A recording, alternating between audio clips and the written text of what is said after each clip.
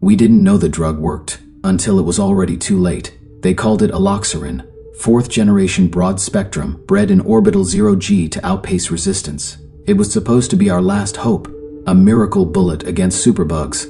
But we didn't just kill bacteria, we cleared the land, we made space for something else. And what grew in the petri dish after wasn't bacteria, it was hunger. I was part of the initial resistance mapping team at CDC Site 17. Our job was to culture samples from failed ICU patients, those who'd cycled through every known antibiotic cocktail and still collapsed in sepsis. Every week the slides got quieter, not better, quieter. Cultures came back blank. No colonies, no growth, just sterilized tissue. And yet the patients were still dying, not from infection, from erosion. That's what flagged the review panel. Multiple autopsies revealed a pattern: bone loss, not osteoporosis, not cancer, dissolution.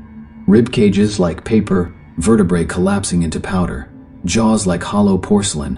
One patient, case 714, was intubated, sedated, vitals stable. He coded at 3:12 a.m. Within 10 minutes his sternum had vanished. Nothing left but connective tissue floating in the saline bath. It didn't decay, it disappeared. And it wasn't isolated. By the time Eloxirin entered wide distribution, 14 hospitals reported similar anomalies. At first, they blamed dosage reactions, allergies, bad lots. Then one of the microbiologists, Swa Lim, ran a shadow test. She scraped marrow dust from a patient's spine post-mortem and dropped it into nutrient gel under a level 3 hood. Nothing grew for 6 hours. Then the gel bubbled, changed color, turned red. Not like blood, like rust.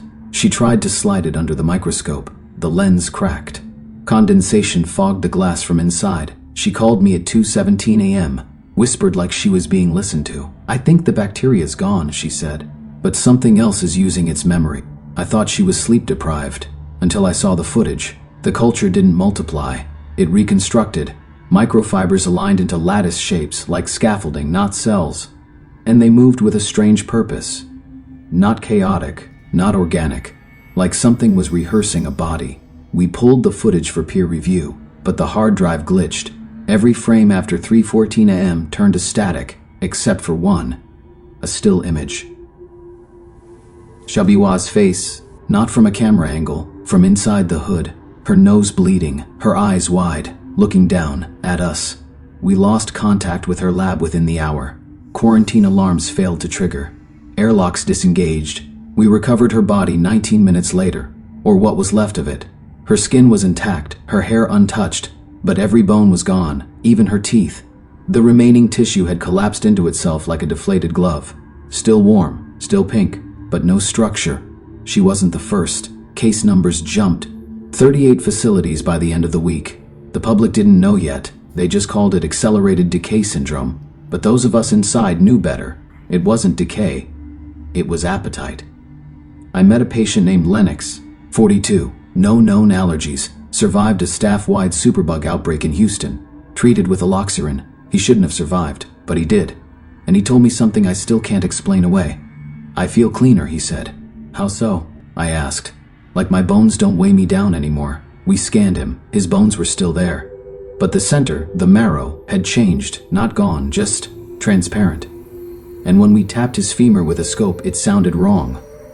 Hollow. He died that night. No trauma, no seizure. He just folded, like gravity lost interest. Inside his IV drip bag, we found sediment. Red-brown grit. We ran it through spectral analysis. It wasn't rust, it wasn't protein. It was reassembled calcium, spiraled, like threads of a drill bit. Something had taken the bone, processed it, and printed it back into a different shape. When we analyzed it at high magnification, it was gnawed. Microscopic indentations, patterned like mouths. But nothing we knew. Not rat, not insect, not bacterial. More like pressure points. As if millions of invisible jaws had pressed into the calcium and sucked it dry, cell by cell. We checked the old samples. Every post-Eloxirin tissue sample had one thing in common: no DNA, not destroyed, extracted, like it had been eaten politely. And when we looked closely enough, some samples twitched. We thought we were fighting bacteria. But Eloxirin didn't kill germs. It cleared the scaffolding for something else to assemble. It's hard to explain what we found next without sounding unhinged, but by the second month of post-Eloxirin case analysis, the pattern was undeniable. Where bone had once provided structure, something new was taking its place. Not flesh, not fungus. Design. We scanned a cadaver's ribcage that had collapsed 6 hours after Eloxirin clearance. The scan revealed no signs of trauma, necrosis, or fracture, but the void where the bone had been, it glowed on imaging. Not with heat, not with radiation, with geometry, as if the architecture of the body was being stored, not erased, like a map rendered in negative space. And that glow wasn't static, it was updating in real time. When we repeated the scan an hour later, the void had shifted, a new spiral of ridges extending toward the spine, a pattern of reinforcement, like something was building a replacement skeleton, not for movement, for structure. That's when we stopped calling it an infection. It was a blueprint. Dr. Youssef, our lead molecular biologist, ran deep field sequencing on the mineral dust left in the lungs of 5 cases. What she found should have been impossible. The particles were organizing. They weren't dead cells. They were instructions, encoded in folds like origami that could only be read in 3 dimensions. I stood next to her screen as the data reconstructed. Vertebrae, mandibles, pelvis plates. But not human. Human-inspired, like someone had taken apart a body to learn how to rebuild it using a more obedient material. And the material was us. By day 49, 17 more Eloxirin patients had disintegrated in high-dependency wards. Each time, the timeline was nearly identical. On day 1, full recovery. Day 3, heightened energy, euphoria. Day 5, complaints of weightlessness. Day 6 to 7, bone translucency. On day 8, collapse, and day 9, reassembly. That last step, reassembly, was always off camera. No matter how many recording devices we placed in ICU, no matter how many biometric sensors, at the moment of collapse, the feed cut to static, and when it returned, there was never a body, only a thin pile of calcium dust in a perfect outline, like a chalk drawing. But when we swept the dust, it hummed. The lab equipment picked up ultrasonic vibration, a sound no human could hear, but every dog in the building howled at once. Then came the incident with Dr. Saito. He'd been studying the spinal reconstruction patterns in a sealed biohazard chamber. No breaches, no exposure. But the night after his 7th day of testing, he didn't come into work. We found him in his apartment, standing, eyes open, still breathing, but not moving. He wasn't catatonic. He was upright, held together by a new structure. X-rays showed his bones were gone, every single one. And yet he stood.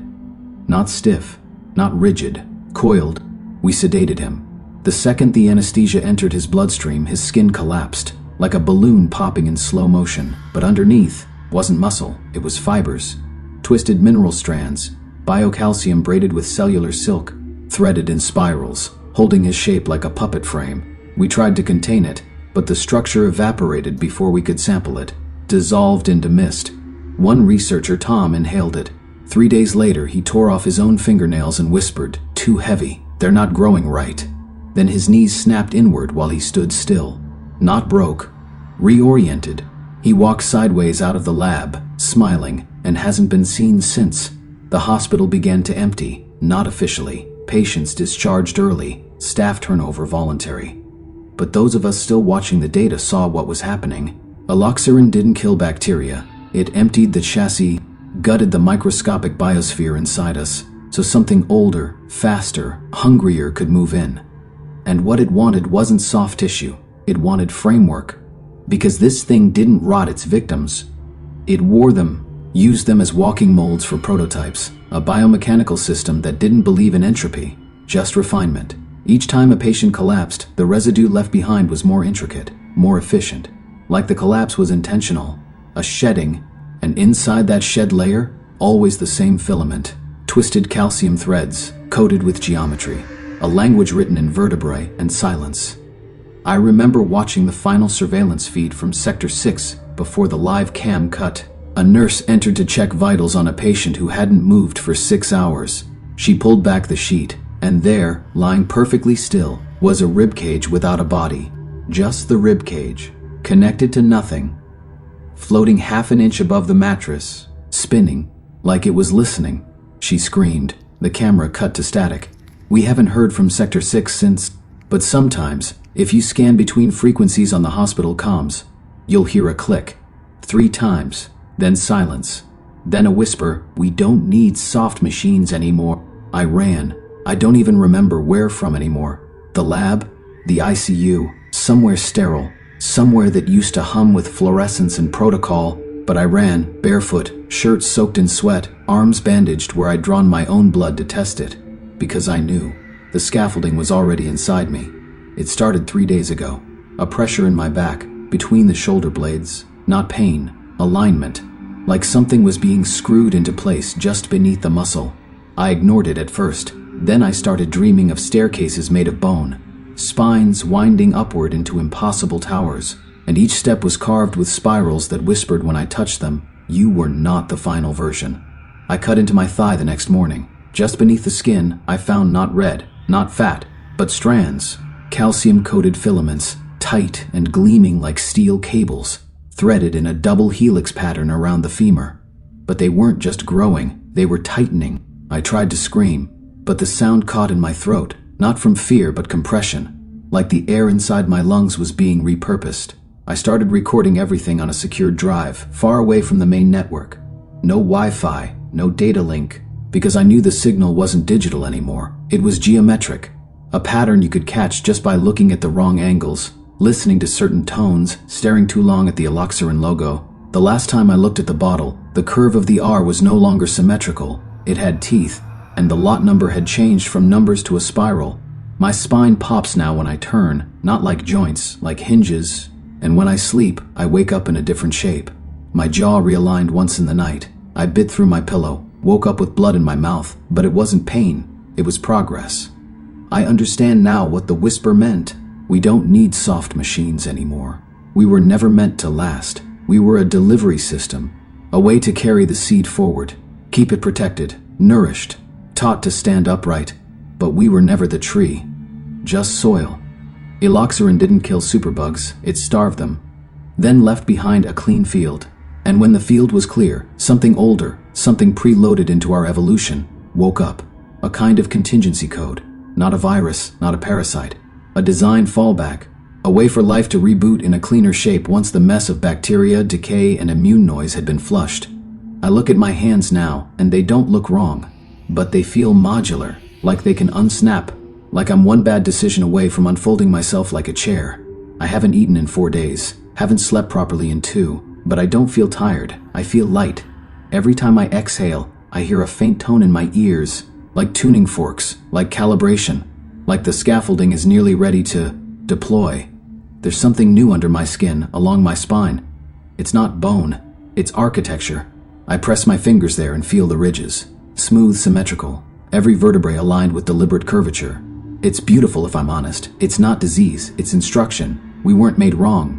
We were made incomplete. Temporary scaffolds meant to host this final version. All the fever, all the collapse, all the vanishing bone. It wasn't failure, it was harvest. And now, with enough structure reclaimed, enough patterns downloaded, enough shapes remembered, they can build themselves properly. No soft limits, no fragile cages, just form, pure, unrottable. I think about everyone we lost, the patients who vanished, the bones that were never recovered, and I realize now they didn't die. They were uploaded, read like blueprints, dissolved into structure, used as design templates. And the body that's growing inside me now, it has no intention of aging, or sleeping, or even being seen. It wants to stand, and build, and spread, because we were the last generation that needed meat to carry motion. The next generation won't. They'll carry their skeletons like flags, and the world will be shaped by what remembers how to stand when the flesh is done being useful. I feel it moving now, tightening around my spine. It's ready. So am I. I'll upload this log, hide it in the deepest partition I can, not to stop what's coming. That's impossible now, but so someone else knows. The cure worked. It just wasn't for us.